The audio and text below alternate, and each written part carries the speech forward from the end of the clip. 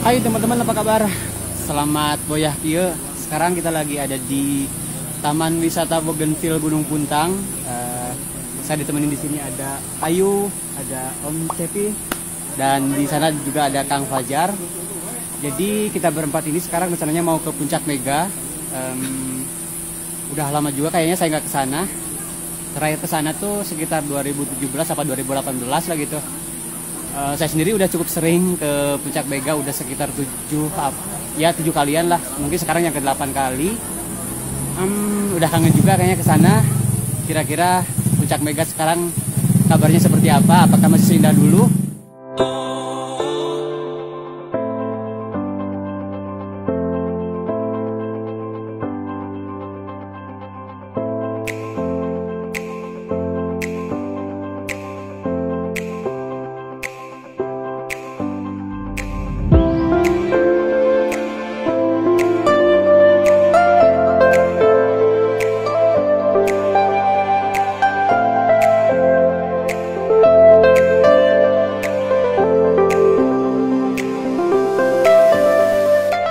Hai teman-teman, selamat datang kembali di channel Boring Adventure bersama saya Boring Supriyadi. Seperti yang sudah saya bilang di intro tadi, kalau saat ini kita mau sedikit mengeksplor salah satu puncak destinasi favorit warga Bandung, yaitu Puncak Mega Gunung Puntang. Tapi seperti biasa, sebelum videonya dilanjut, saya meminta support dari teman-teman untuk subscribe dulu channel ini. Buat teman-teman yang belum subscribe, buat yang sudah saya ucapkan banyak terima kasih. Dan mari kita mulai saja perjalanannya.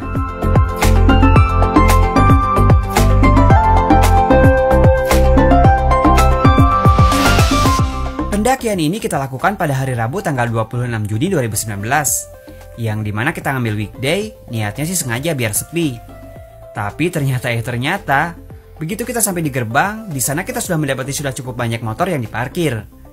Dengan banyaknya motor yang diparkir, sekaligus sebagai pertanda, kalau hari itu berarti sudah banyak orang yang naik. Tapi ya sudahlah, kita langsung registrasi aja yuk. Kita registrasi, jadi per orangnya itu untuk satu orangnya Rp25.000. Sementara untuk parkir motor berapa Pak? Tiket masuk motor Rp5.000. Kalau mobil Pak? mobil 10.000. Mobil 10.000, jadi ini buat teman-teman. Lumayan mahal juga ya sekarang simak ke Puncak Mega. Padahal dulu terakhir kesini masih sekitar 10 atau 15.000 rupiah lah gitu.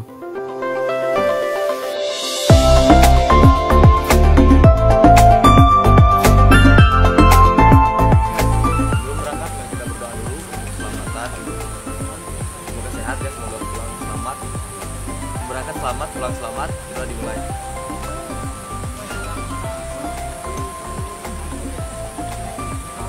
Selesai. Boarding adventure. Oke.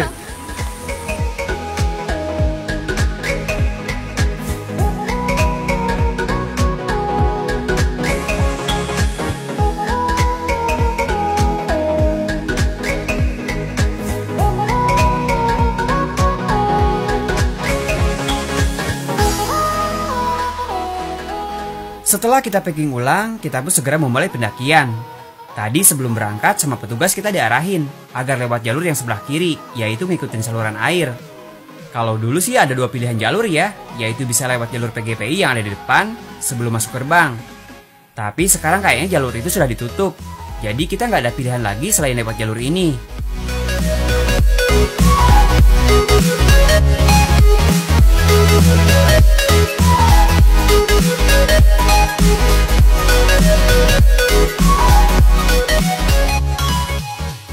Nah, sekarang tuh kita malah agak sedikit konyol.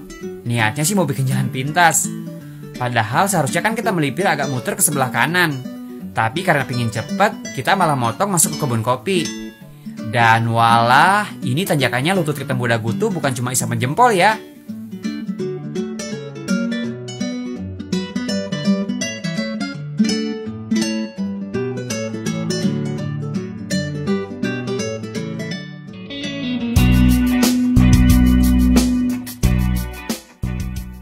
Untuk teman-teman yang dari luar kota Bandung, bagaimana caranya sih untuk bisa sampai ke sini? Yang saya maksud transportasi umum ya. Kalau bawa kendaraan pribadi mah, kalian tinggal pakai Google Maps aja.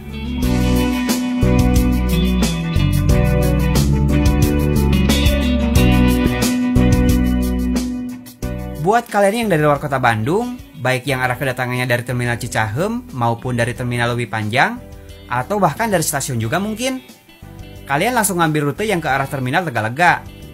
Nah, kalau sudah ada di Tegalega, ada beberapa pilihan angkutan umum yang bisa kalian pilih.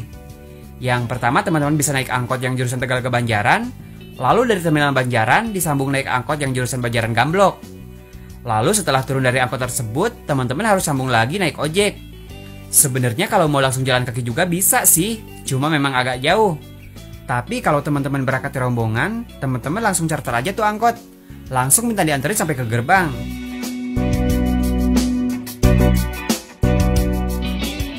Nah, yang barusan itu versi pertama. Versi keduanya dari Tegalega teman-teman bisa naik bus ataupun mobil Elf yang jurusan ke Pangalengan. Kemudian turun di pertigaan Cimaung, atau sama kondektur tinggal bilang aja mau ke Gunung Puntang. Mereka pasti sudah tahu kok.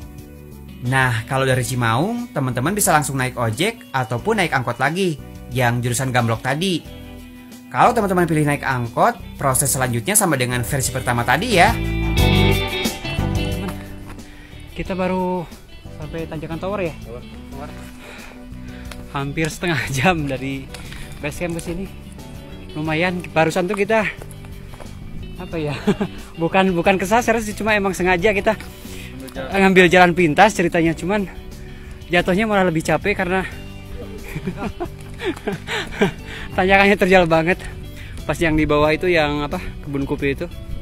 Kebun kopi kok kopi ngomongnya. Sekarang jam 1 lebih, hampir setengah 2. Kita tadi berangkat dari base camp itu hampir setengah 1 sampai jam 1 kurang seperempat. Rupanya setelah 2 tahun gak kesini sudah cukup banyak perubahan. Kayak contohnya trek yang ini terakhir kesini tuh belum lewat sini, cuma sekarang kayaknya udah dipindah. Seperti yang kita ketahui, di area Gunung Puntang ini destinasinya cukup banyak. Selain puncak Mega yang mau kita daki sekarang, ada juga camp area yang di bawah sana itu. Selain camp area, di camp area itu yang dijadikan camp area itu adalah bekas komplek radio Belanda ya, radio Belanda. Sekarang puing-puingnya masih ada sih, tinggal kayak fondasi kayak gitu. Terus ada bekas kolam-kolam juga. Nah, ada gua Belanda juga. Selain itu ada juga destinasi lain kayak misalkan Curug Siliwangi. Cuma sekarang kalau tidak salah informasi, Curug Siliwangi udah masuk masuk cagar alam. Jadi kita nggak boleh sembarangan mengunjunginya. Untungnya saya sudah pernah ke sana waktu tahun 2014 kalau nggak salah. Curugnya sih lumayan keren, cuman ya memang itu perjalanannya itu lumayan naik turun bukit, harus beberapa kali nyeberang sungai. Nah, itu sebabnya kenapa sekarang dilarang, karena sering memakan korban. Jadi kalau misalkan musim hujan, pada saat musim hujan ada pengunjung yang ke sana sempat beberapa kali mengalami kecelakaan terbawa arus air.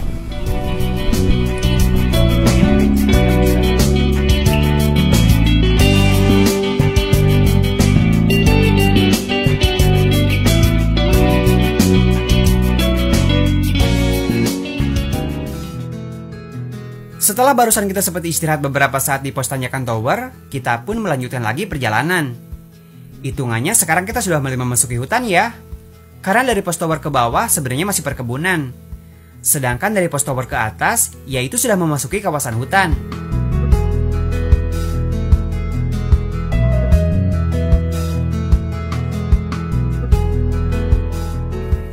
Kalau kita ngomongin soal kebun, masyarakat di sekitar Gunung Puntang ini sedang getol-getolnya menanam kopi ya. Sebenarnya kalau menanam kopi mah sudah sejak dulu, cuma sekarang mungkin lebih digiatin lagi. Bukan tanpa alasan ya teman-teman, karena kopi yang dihasilkan dari daerah sini atau yang biasa disebut kopi Malabar, sekarang lagi banyak diminati orang, atau istilahnya lagi naik daun lah. Tapi sebelum membahas tentang prestasi kopi Malabar, saya akan ngasih sedikit penjelasan dulu antara hubungan Gunung Puntang dengan Gunung Malabar, biar nggak jadi pertanyaan. Kalau buat teman-teman yang sudah subscribe channel ini dari dulu mah, saya yakin kalian pasti sudah paham lah ya.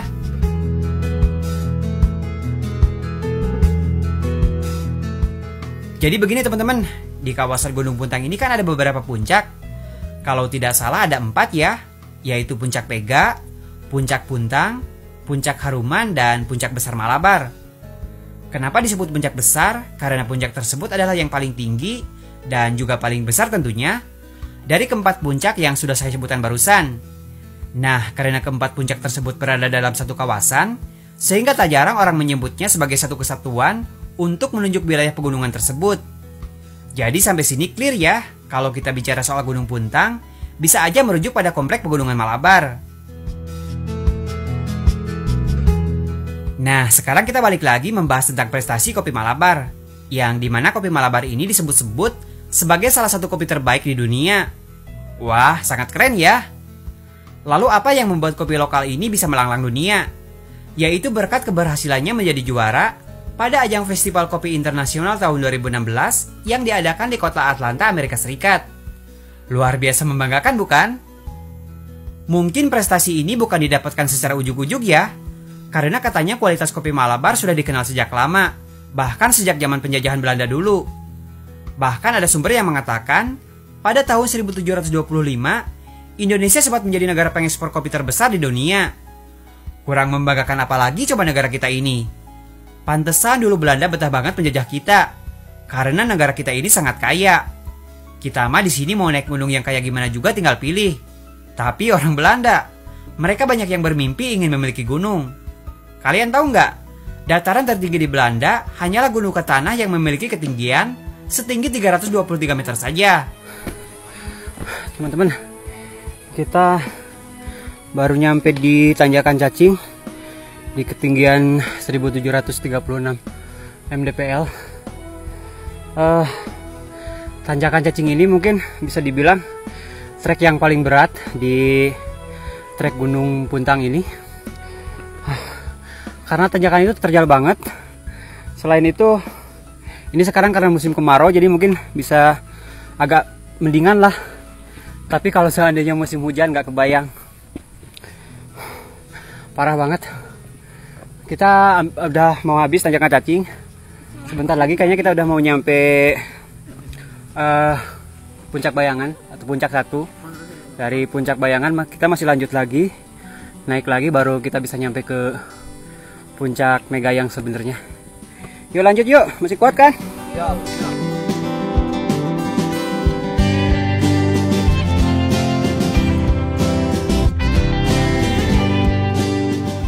Tuh, gara-gara kita banyak ngalor ngidul, mulai dari ngebahas tentang kopi Malabar sampai ngebahas negeri Belanda yang tidak memiliki gunung. Sekarang malah nggak kerasa ya, kita sudah melewati Tanjakan Cacing. Padahal Tanjakan Cacing ini bisa dibilang trek yang paling berat dari semua rangkaian tanjakan untuk mencapai ke puncak Mega Gunung Puntang ini. Kalau sudah lewat Tanjakan Cacing mah, tidak lama lagi kita akan segera sampai di Puncak Bayangan. Yang dimana di Puncak Bayangan ini, kita bakal sedikit mendapatkan trek bonus sebelum akhirnya kita akan menemukan tanjakan yang lebih sadis lagi.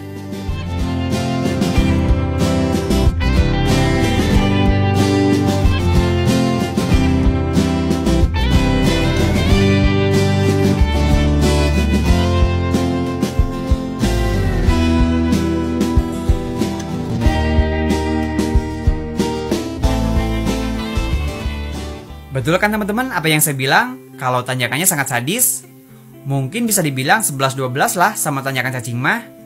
Bedanya kalau Tanjakan Cacing trek yang sangat panjang, kalau yang ini nggak begitu. Tapi jangan salah, di kiri dan kanan kita ini jurang loh. Ditambah ini kontur tanahnya sangat labil alias rawan longsor. Pokoknya kalau kita naik di musim hujan mah, dijamin bikin kita support jantung dah.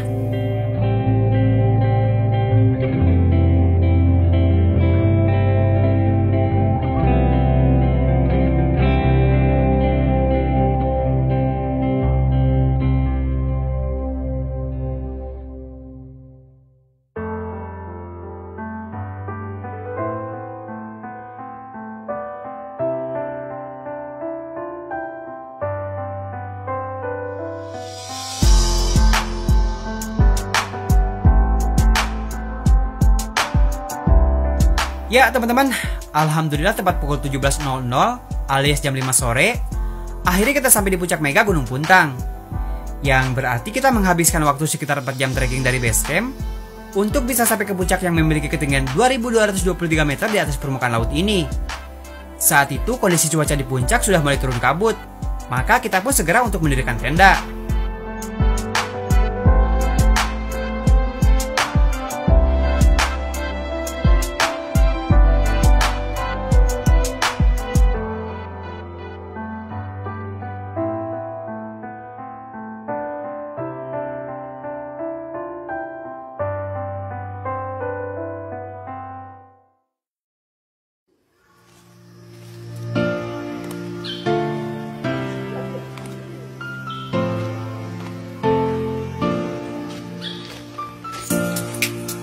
Selamat pagi Indonesia.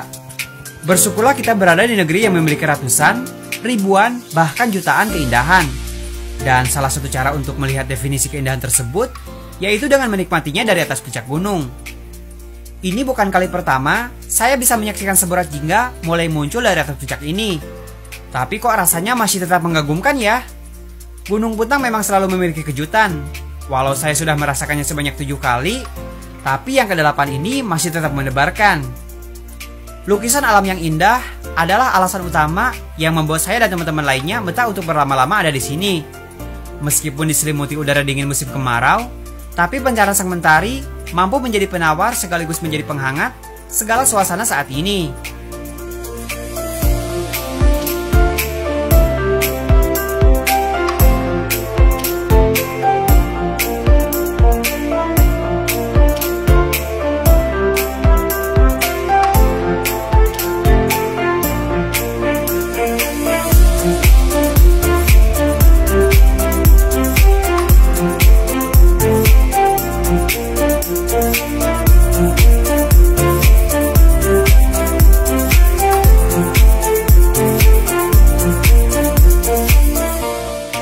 Ya teman-teman, setelah kita cukup puas menikmati sunrise puncak Mega, seperti biasa ya, rutinitas yang tidak akan kita lewatkan, yaitu masak untuk sarapan pagi.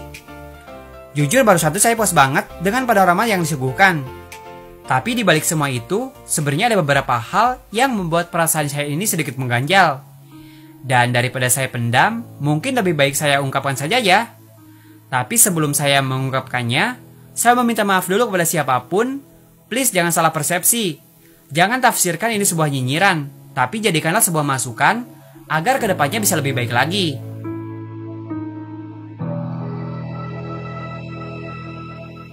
Begini teman-teman, hal pertama yang ingin saya komentari adalah tentang tarif retribusi. Untuk ukuran Gunung Puntang yang biaya simaksinya dipatok dengan tarif sebesar Rp25.000, wow, menurut saya luar biasa mahal ya. Malah ada beberapa teman dari Jakarta yang komen di video saya sebelumnya, mereka dikenakan tarif sebesar Rp30.000. Mungkin tingkat mahal atau murah itu sebenarnya relatif. Kita bandingkan aja deh sama Gunung Semeru. Gunung Semeru aja yang kasarin semua orang Indonesia pasti tahu, cuma ditarif Rp18.000 di weekday dan Rp25.000 untuk weekend. Lah ini Gunung Puntang sebagus apa sih? Atau ada fasilitas apa yang bisa membuat semahal itu?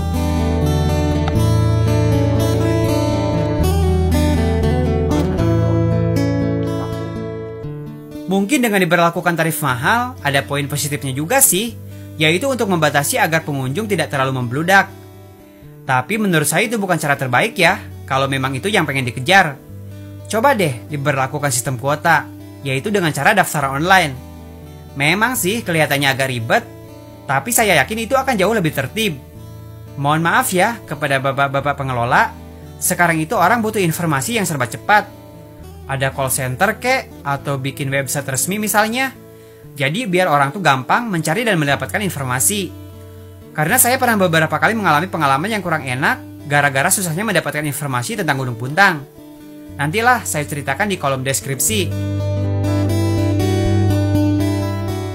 Terus satu lagi, ini mah mungkin masalah yang sangat klise yang dihadapi hampir setiap gunung, yaitu tentang masalah sampah. Please buat pengelola, tolong berikan sosialisasi kepada setiap calon pendaki yang akan naik ke Gunung Puntang mengenai pentingnya tentang masalah persampahan.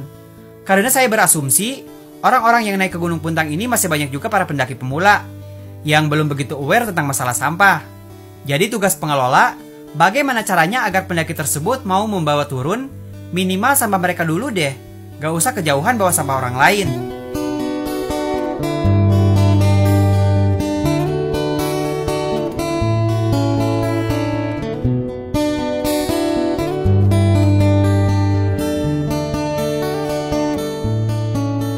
Mungkin segitu aja ya video tentang Gunung Puntang ini. Saya mohon maaf jika ada salah-salah kata ataupun ada informasi yang kurang akurat. Kalau kalian ingin mengkoreksinya, silakan sampaikan di kolom komentar. Dan khusus buat pengelola Gunung Puntang, jangan menganggap perkataan saya ini sebagai nyinyiran, tapi jadikanlah sebuah masukan agar kedepannya tata kelola Gunung Puntang ini bisa lebih baik lagi. Jangan sampai ada stigma kalau gunung-gunung di Jawa Barat itu hanya dijadikan sebagai ladang bisnis saja, karena tarif retribusinya terkenal mahal. Walau mungkin tidak semua seperti itu juga ya.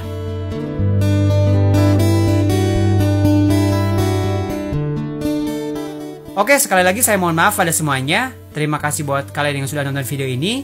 Jangan lupa untuk terus support channel ini dengan cara like, komen, dan juga share video ini di sosial media kalian. Akhir kata, saya Budi Supriyadi pamit. See you on the next trip. Salam Indonesia.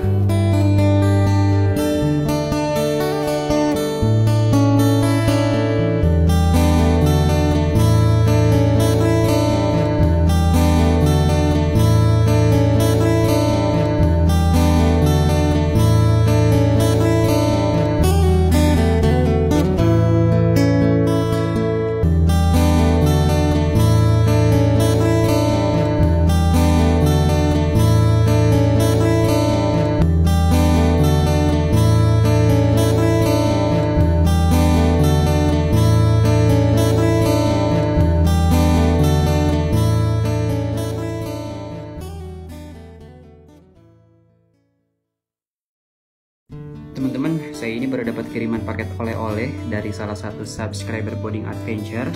Namanya Bang Iwan Setiawan, dia ini asli orang Medan. Dan ini dia isi paketan oleh-olehnya, ada gantungan kunci yang semuanya ciri khas dari Danau Toba. Lalu di sini ada suratnya juga, dan ini yang paling penting, ada ikan teri Medan ya teman-teman. Ini adalah salah satu makanan favorit saya. Sekali lagi terima kasih Bang Iwan atas kiriman oleh-olehnya. Ini makanan spesial yang dimasak hari ini. Ada ikan teri Medan. Ini kiriman dari Bang Iwan. Terima kasih Bang Iwan. Ini kita masak ya.